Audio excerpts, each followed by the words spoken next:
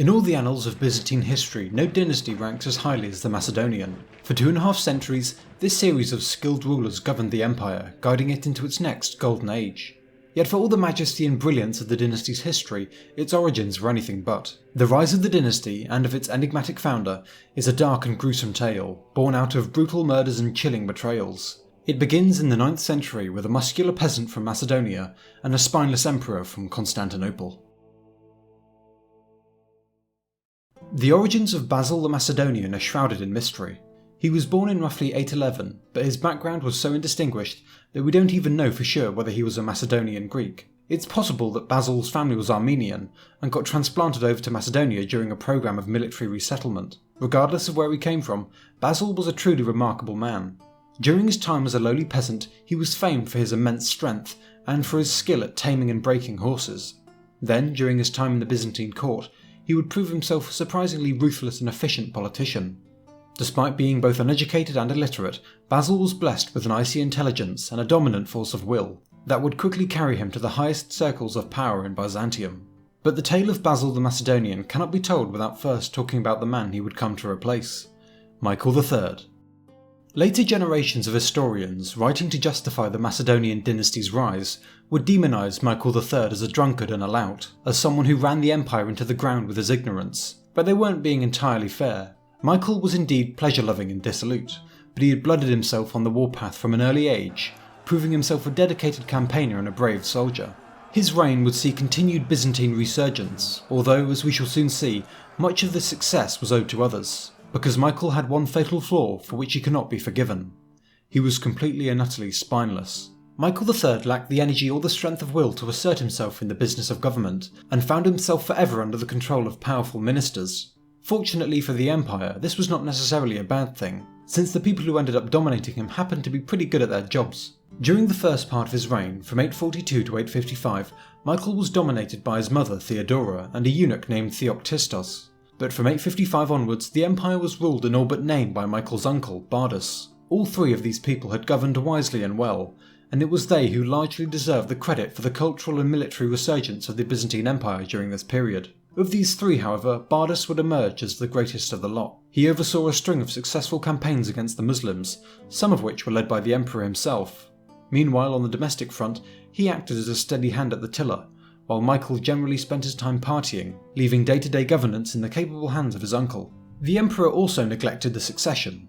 Back in the days of Theodora's dominance, Michael had fallen in love with Eudokia Ingerina, the daughter of a Viking. Theodora disliked this upstart Norsewoman and forced Michael to marry another Eudokia, surnamed Decapolitissa. In hindsight, she should have let Michael have his way, for the emperor ignored Decapolitissa and continued to see his mistress. This left the emperor with no legitimate heirs. Therefore Bardas was, as his closest male relative, the heir apparent. This then was the state of affairs when Basil first emerged onto the stage in 857, when his skills as a horse trainer suddenly came to the fore. The story goes that Michael was gifted with a majestic but unruly horse that refused to be controlled. No one in the imperial stables could master the beast until one of Michael's friends brought out Basil, who was able to gently lull the animal into a state of peace. The emperor was amazed at Basil's performance and immediately took him onto his entourage of cronies. From the outset, Basil's dominant spirit was able to easily influence the emperor, and from 857 onwards he would find himself highest in the emperor's confidence. Not long after, he was appointed to the prestigious office of High Chamberlain. This was strange, and not just because of Basil's lowly origins, but also because the post of High Chamberlain was almost always held by eunuchs, men who had been castrated. It gave Basil close and intimate access to Michael's person. It was an interesting choice to say the least, but it soon became clear what the emperor was planning. It related once again to his wife and his mistress, the two Eudokias. Basil was ordered to divorce his wife and marry the emperor's mistress, Eudokia Ingerina. Since Michael and Basil were in such close contact, this allowed the emperor to visit Ingerina whenever he wanted, leaving his wife, Decapolitissa, out in the cold. Basil probably wasn't too pleased serving as the emperor's personal cuck, so Michael gave Basil his sister Thecla as a mistress in return. This strange situation allowed Basil to increase his influence over Michael, and soon he came into conflict with Bardas, the emperor's uncle and the de facto ruler of the empire. Bardas's authority had only increased in the years following Basil's arrival at court. He was given the sonorous and extremely high-ranking title of Kuropalates in 859, before finally being elevated to the rank of Caesar in 862. This was the highest title, besides co-emperor, that an emperor could hand out. By appointing Bardas Caesar, Michael was recognising him as the heir to the throne in case anything happened to him. Basil could only watch these developments with envious eyes, and a deep rivalry emerged between the two men, as both warred for Michael's favour and influence in the court. Bardas had initially paid Basil no mind, thinking him simply another one of the emperor's feckless companions, but Bardas quickly recognised him as something far more dangerous. In the end, the battle between the Caesar and the Macedonian would be to the death. Luckily for Basil, the Caesar had plenty of enemies, thanks to his haughty and arrogant nature. It wasn't hard for Basil to quickly assemble a conspiracy against him, but he couldn't act without the emperor's permission, so Basil drummed up a rumour claiming that Bardas planned to kill his nephew and take the throne for himself. Was there any truth to this? Probably not. Despite his arrogance, Bardas had shown himself dedicated to the cause of good governance. He was already the heir apparent, and with Michael ignoring his wife so brutally, it didn't seem likely that there would be any heirs to replace him anytime soon. True or no, Michael wasn't in the mood to wait and find out. Basil easily drew him into the conspiracy, and in 866 they planned to do away with Michael's imperious uncle. Their plot revolved around a planned invasion of the troublesome island of Crete, which had been lost to the Empire 4 decades prior. Bardas now planned to follow up his government's victories in the east with a triumph in the Aegean. By the time he was ready to set off, however, he had gotten wind of the plot against him, so he refused to leave the capital where he could better defend himself. It was only when both Michael and Basil wrote a solemn oath promising not to harm Bardas that the Caesar finally relented and marched off, with both Michael and Basil in tow. Bardas and the Emperor were finishing up some official business while the army readied itself. Basil, meanwhile, stood nearby. Suddenly, out of the corner of his eye, Bardas saw Basil make a signal with his hand, and he instinctively reached for his sword.